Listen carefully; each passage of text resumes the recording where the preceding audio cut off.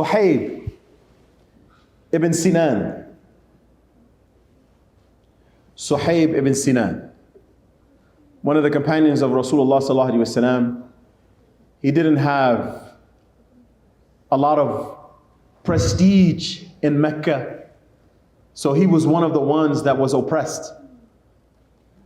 And when all of the companions began to make hijrah to Medina, he tried to go. And the first time, the youth of Medina, the young men of Medina, they caught him. And they held him hostage.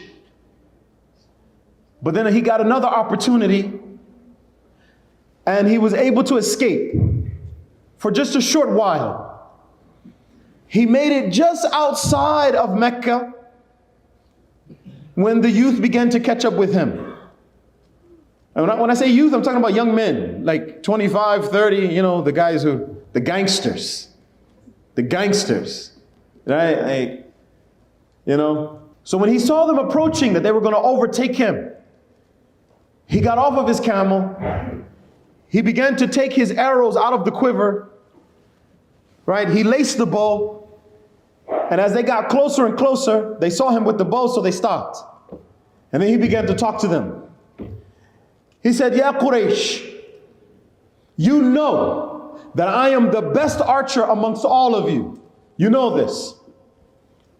And by Allah, you will not reach me until I have shot every single one of you.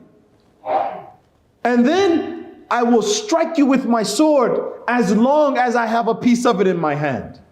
And then you can do with my body whatever you want. But,